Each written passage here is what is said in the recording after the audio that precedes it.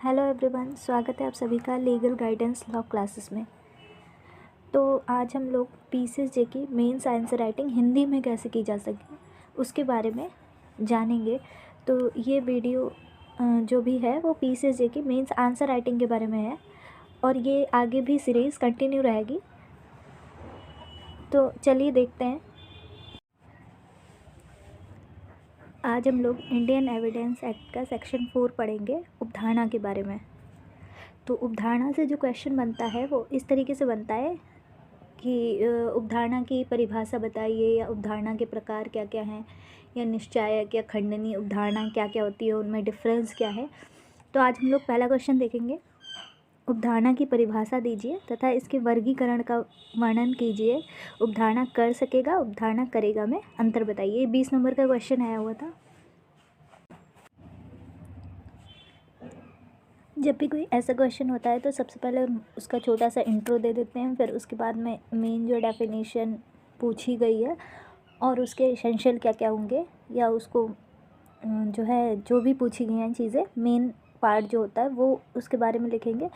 बाकी हम लास्ट में छोटा सा कंक्लूज़न दे देते हैं। तो चलिए देखते हैं इस क्वेश्चन का आंसर। जैसे कि पूछा गया था कि उपधारणा को परिभाषित कीजिए और उसके वर्गीकरण का वर्णन कीजिए। उपधारणा कर सकेगा और उपधारणा करेगा में डिफरेंस पूछा गया। तो सबसे पहले हम उपधारणा की जो डेफिनेशन पार्ट था उसको सॉल्व करेंगे। तो इसमें है, भारतीय साक्ष्य अधिनियम में उपधारणा शब्द को कहीं भी परिभाषित नहीं किया गया है। भारतीय साक्ष्य अधिनियम में उपधारणा वर्ड को परिभाषित नहीं किया गया है, बस इंडियन एविडेंस एक्ट के सेक्शन 4 में उपधारणा को वर्गीकृत किया गया है। उपधारणा शब्द को परिभाषित नहीं किया गया है। उपधारणा एक ऐसा अनुमान है जो किसी ऐसे तथ्यों से निकाला जाता है जो साबित या स्थापित किए जा चुके हैं। मतलब उपधारणा एक तरह से अनुमान होता है किसी भी तथ्य के बारे में जो या तो साबित किए जा चुके हैं या फिर अभी उनको ना साबित करने के लिए कोई भी प्रूफ नहीं दिया गया है। तो उपधारणा जो अनुमान है वो प्राकृतिक तथ्यों पर भी लगाया जा सकता है और विधिक स्थिति के अनुसार भी लगाया जा सकता है। उसके बाद हम देखते हैं उपधारणा का अर्थ। तो इसका अर्थ है मान कर चलना, मतलब हम किसी भी तथ्य को मान कर चल रहे हैं कि हाँ ये तथ्य हो सकता है, बिना जांच या सबूत के सत्य मान लेना। विधि की दृष्टि में उपधारणा एक अनुमान होता है जिसे न्यायालय किसी तथ्य के साबित होने पर किसी दूसरे तथ्य के बारे में करता है। मतलब इसमें ये होता है कि जैसे किसी भी चीज़ का न्यायालय प्रिजम्पशन लगा लेता है जब तक कि उसको खंडित नहीं कर दिया जाता है। उपधारणा की परिभाषाएं। तो उपधारणा को निम्नलिखित विधिशास्त्रियों ने परिभाषित करने का प्रयास किया है, जिसमें पहले हैं रसेल और दूसरे हैं बेस्ट। तो इन दो विधिशास्त्रियों ने उपधारणा की परिभाषा बताई है। तो रसेल ने उपधारणा के बारे में कहा है कि जब हम किसी तथ्य के अस्तित्व को देखकर किसी अन्य तथ्य का अनुमान लगा लेते हैं तो हम उसे उपधारणा कहते हैं। तो इन्होंने ये बताया है कि अगर जैसे कोई वस्तु है और वो चोरी हो जाती है और उसको हम किसी और व्यक्ति के हाथ में देख लेते हैं तो हम यही मान के चलेंगे कि शायद उसी व्यक्ति ने वो वस्तु चुराई है। तो मतलब एक तथ्य के होने से हम दूसरे तथ्य का अनुमान लगा रहे हैं। बेस्ट ने जो उपधारणा के बारे में कहा है वो ये है कि उपधारणा का तात्पर्य यह है कि जहाँ किसी तथ्य की सत्यता या असत्यता के बारे में स्पष्ट निष्कर्ष न निकाला जा सके, वहाँ से किसी स्वीकृत या स्थापित तथ्य से संभाव्य तर्क के आधार पर उसकी सत्यता या असत्यता के बारे में सकारात्मक या नकारात्मक अनुमान लगाया जा सकता है। मतलब कि इसके आगे हम देखते हैं उपधारणा का वर्गीकरण। तो उपधारणा दो प्रकार में बांटी गई है। पहली होती है तथ्य की उपधारणा और दूसरी होती है विधिक उपधारणा। तथ्य की उपधारणा में धारा 4 इंडियन एविडेंस एक्ट की जो है उसमें 3 शब्द दिए हुए हैं, उपधारणा कर सकेगा, उपधारणा करेगा और निश्चायक सबूत। जो तथ्य की उपधारणा होती है उसको हम उपधारणा कर सकेगा शब्द से अभिव्यक्त करते हैं, और जो विधिक उपधारणा है उसको उपधारणा करेगा और निश्चायक सबूत, इन दो माध्यमों से अभिव्यक्त करते हैं।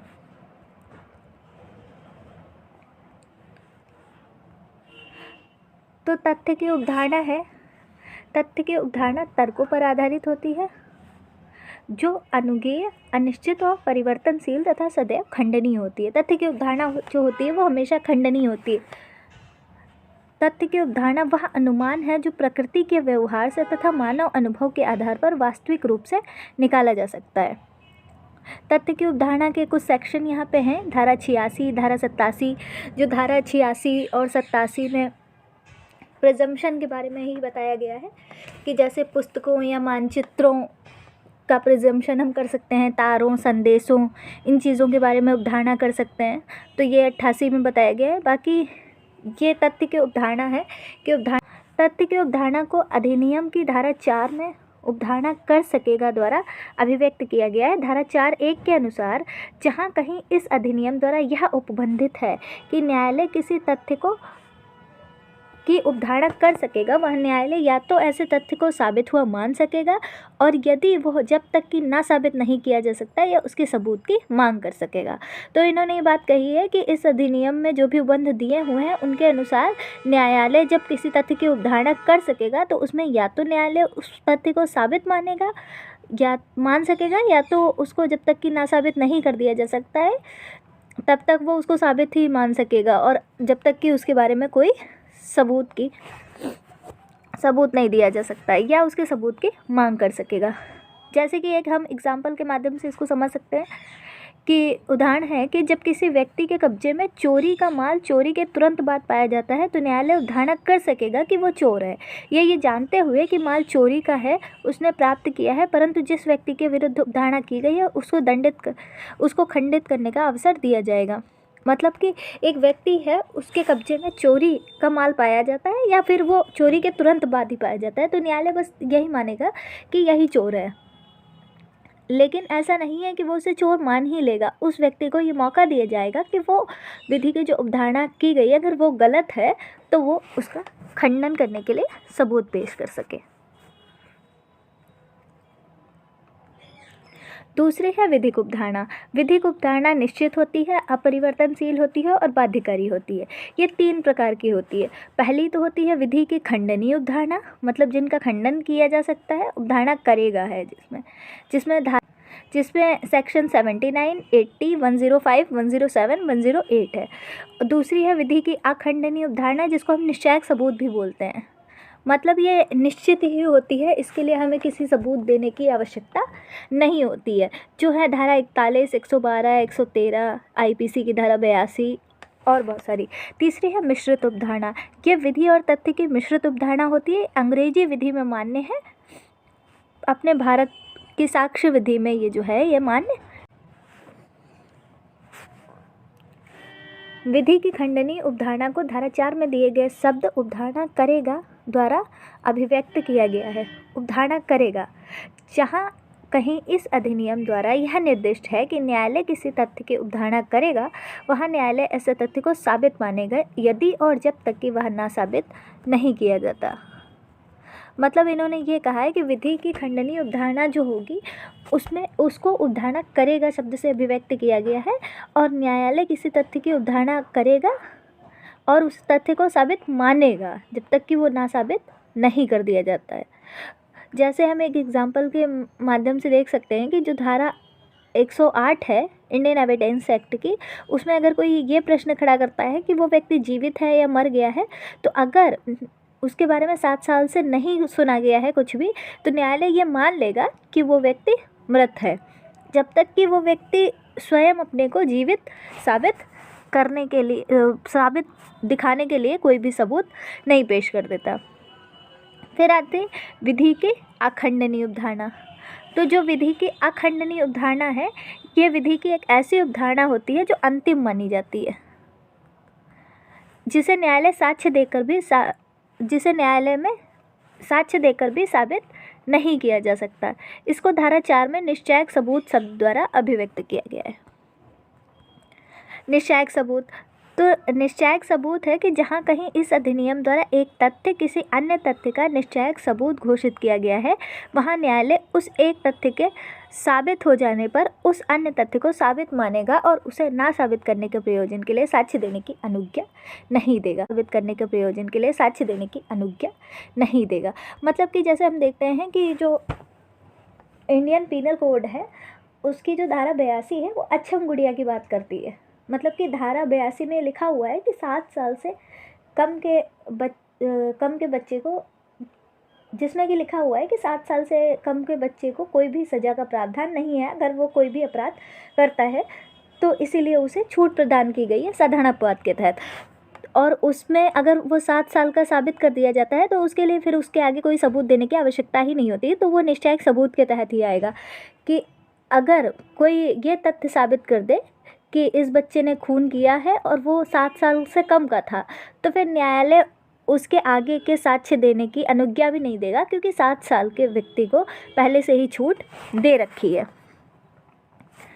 कि वो हत्या नहीं मानी जाएगी। इसी से संबंधित एक केस है सोंधी ट्रांसपोर्ट कंपनी बनाम उत्तर प्रदेश राज्य AIR 1986 का। इस प्रकरण में ये कहा गया था कि उपधारणा स्वयं में कोई साक्ष्य नहीं है, किंतु उसके पक्षकार के लिए, जिसके पक्ष में ये होती है, एक प्रथम दृष्टया केस बनाती है। खंडनीय उपधारणा में प्रमाण का भार उस व्यक्ति पर होता है जिसके विरुद्ध उपधारणा की जाती है, किंतु जब उपधारणा निश्चायक होती है तो साबित हुए तथ्यों से निर्गत परिणाम को निरस्त करने, अन्य साक्ष्य को प्रस्तुत करने से रोक देती है।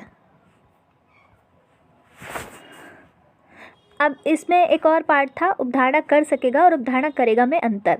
तो उपधारणा कर सकेगा और उपधारणा करेगा में 4 डिफरेंस बताए गए हैं। ये तथ्य की उपधारणा है और उपधारणा करेगा विधि की उपधारणा है। ये खंडनीय उपधारणा होती है और ये अखंडनीय उपधारणा होती है। इसके अधीन न्यायालय अतिरिक्त साक्ष्य ले सकता है और इसके अधीन न्यायालय अतिरिक्त साक्ष्य नहीं ले सकता है। इसमें तर्क की शक्ति व्याप्त होती है और इसमें विधि के नियमों की शक्ति व्याप्त होती है। अब हम इसके आगे इसका छोटा सा कॉन्क्लूज़न है वो देख लेते हैं। इसमें है कि अंततः हम ये कह सकते हैं कि उपधारणा प्रकृति तथा मानव अनुभवों के आधार पर निकाला जाने वाला तर्क है। उपधारणा को उपधारणा करेगा, कर सकेगा और निश्चायक सबूत जैसे भागों भारतीय साक्ष्य अधिनियम की धारा 4 में वर्गीकृत किया गया है। तो ये हमारा उपधारणा के बारे में क्वेश्चन था और उसका पूरा आंसर। तो अगर आपको इस क्वेश्चन के आंसर की PDF चाहिए तो आप हमारे Telegram channel legal guidance law classes को फॉलो कर सकते हैं। आने वाली वीडियोस के अपडेट के लिए आप हमारे चैनल को सब्सक्राइब करें। Thank you for watching.